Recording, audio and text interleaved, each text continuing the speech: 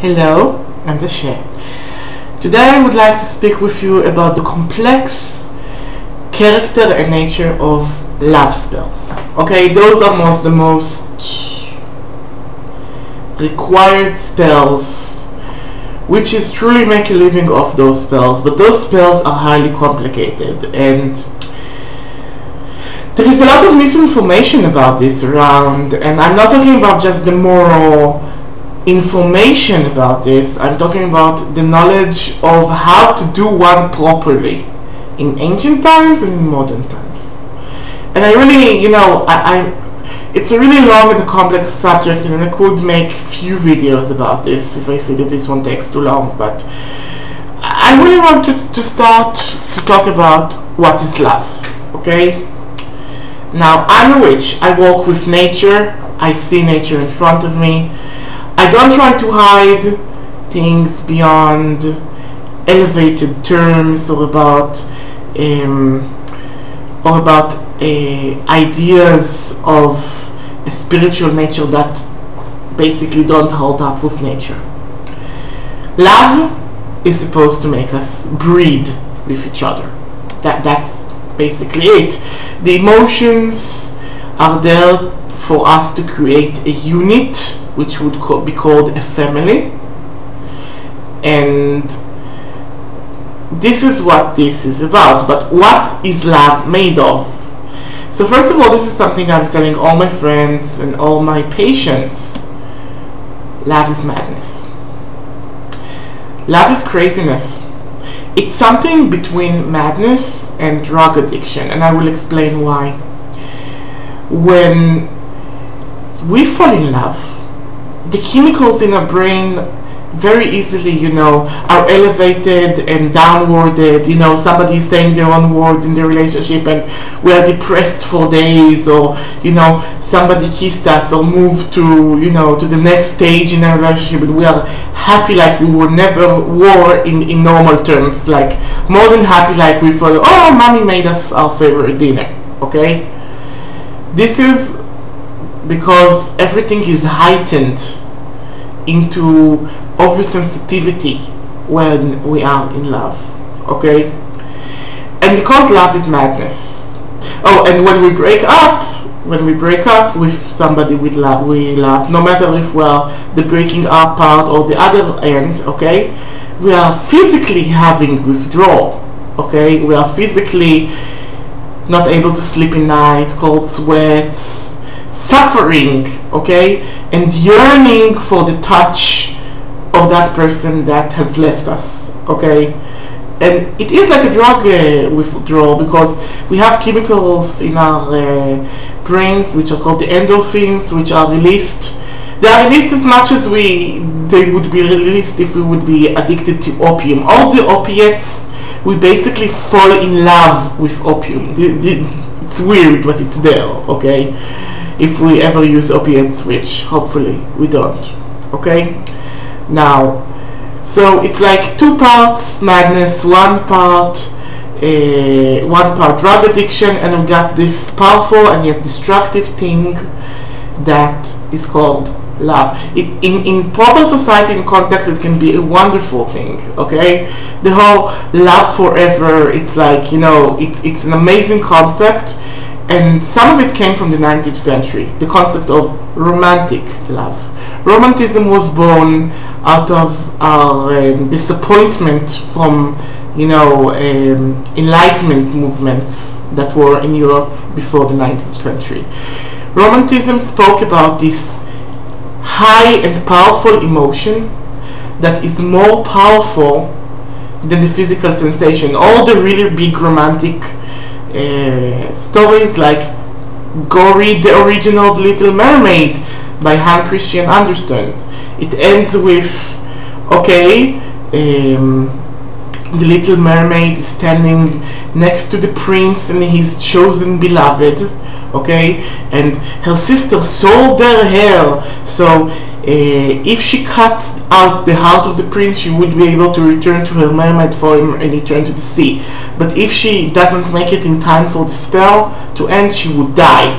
And she chooses not to cut the prince's heart off, and she throws the dagger at sea, and she dies, and she becomes the foaming mist on the sea, and after 100 years she received the soul and got elevated to heaven. No kisses, no riding to the sunset, nothing of that sort. Romantic love is love that never got physical expression. Okay, so this was the original term before it became, Valentine's Day kisses and fondling beneath the bed sheets. So all our notions about what love should be, and it primarily comes from Disney and the whole stories, and they lived happily ever after, that never really existed in the original form of the fairy tale that there was. So we really have to look at love and know what it is. Okay, so after we explain this, I can tell you that no madness and no addiction is the same. We all get addicted or crazy in different way. If you know somebody that has depression or mania depression or even schizophrenia, they have to go through a long length of time in which they try out different medications, okay, until they get to the proper medication that will allow them to basically, allow them to live normally with one of us. And sometimes those medications have, big side effects, but that they allow them to, get out of bed. So kudos. Okay, we feel from this different places, and this is one of the biggest things that we have. This is one of the biggest problems we have with love spells, the fact that no two people love the same. So our intent is not enough to actually allow us to, make somebody fall in love with us. Second thing, let me explain let me explain to you why we used to cast love spell and why we cast love spells today. In the past, casting a love spell was a survival thing. Very simply, you couldn't marry with the right person and you would die of starvation in the street. Marrying the right person meant difference between living happily or dying poor. Okay, the princesses, in the original Cinderella, and I'm going to the stories, on purpose, the sisters broke their legs to try to fit in that little slipper, which was originally made from leather and not from glass. That was a translation problem. Okay, why? Because marrying the right person, the prince, would mean good lives, while staying at home and not marrying somebody of that elevation meant that they would not be protected.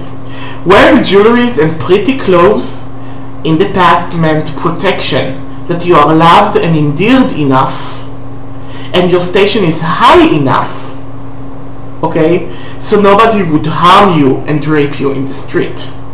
Okay, not just for females, also for males. Okay, and one of the examples, and I've prepared one here, okay, is from this book, Ancient Egyptian Magic, okay, by Bob Breyer. Okay, and this book is for everybody that wants to know the historical and non-New Age aspect of what is magic in Egypt, including talisman and everything. This is like the best book. It's highly recommended. Okay, and in the end there is a trove of magic, all sorts of spells. Some of them are useful, some of them are useful. Okay, and here it is. We got, I don't know if you could say it, a love potion. And I'm reading. Take a lock of hair from the head of a man who died a violent death. 7 grains of barley that has been buried in the grave of a dead man and pounded with 10 opi of 9 of apple seeds. Mix it with the blood of a worm, of black dog, some blood from your second finger and some blood from the center of your left hand, and your semen. You see, this love spell is for a man wishing to marry a woman. Spells and magic in ancient Egypt was the sole dominion of men. Mix together and place in a cup of wine with 3 utach of the first pressing of grapes. Before you pour the drink, recite the following spell 7 times. Okay, and then there is the incantation. Now, one of the most interesting ingredient here is use lock from the head of a dead man. Why do we use it? To add urgency to the spell. The emotions of violence and craziness of a person died could be transformed through an incantation into the rushing emotion of love. This is almost alchemic in its power. Okay, there are also spells here about mixing egg yolk with some acacia wood that would be rubbed on the penis to make longer and most prolonged erections, and all that good stuff, okay, in there. Now, again, last spell in the past. This spell, okay, wouldn't help you today for two main reasons. First of all, it was made in order to preserve myself, to preserve who I am and my status in society. If I'm marrying a royal woman, my life would be good. If I'm marrying beneath me, my life will be bad. Okay? So love spells in the past were for basically getting marriage and surviving the day. Love spell today is about my emotion, my need, because while these spells were made for, you know, a society in which you were a part of a collective, I am part of my family, I am part of my clan. Today we see ourselves as individualists. So we use love spells for selfish reasons. Okay? We use love spells like, oh, I like this guy so much and I would really love to have something with him. Okay? Now, the problem is that love spells do not change the person in front of you. First of all, and okay, love spells are, and again, something I need to mention, love spell is a big thing. It's like you can use love spell to summon love from the universe. Okay, like in this spell, Love Charms by Elizabeth Pepper. I have used the charm here. There is a charm here that is called the Summoning. Okay, the Summoning is on page, well, this book doesn't really have pages in it, okay, but I used the spells 37 times and 37 times it worked perfectly. So if there are like witches that want a simple, good spell that doesn't require a lot of ingredients and could summon your love from the universe, really, Elizabeth Pepper, all her books are highly recommended. Please go use them, okay? Now, usually today people request love spell for three main reasons. One of the reasons is we had a relationship and that relationship got broken, okay, and after that happens, it's like there are two things that happen. Either I want this person back, which is a problem because that person is not going to change. The conflict is not going to be resolved, okay, but by the love spell that you cast in order to force him to be with you again, which becomes basically a manipulation spell, okay. And second, it's like, oh, I'm suffering so much from my withdrawal, meaning from the fact that I need this person to touch me and the fact that I love him in a crazy, mad way. And many people did mad things for love, and that's not just because. Those things happened for a reason, okay? Those things happen because love, as I said, is madness, okay? So I want him to feel what I felt. I want him to suffer as I felt.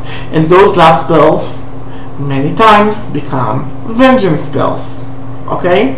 Now the third reason why people do the love spell is like is the wish that, oh, I remember, you know, there were good times and there were bad times and I want the good times back.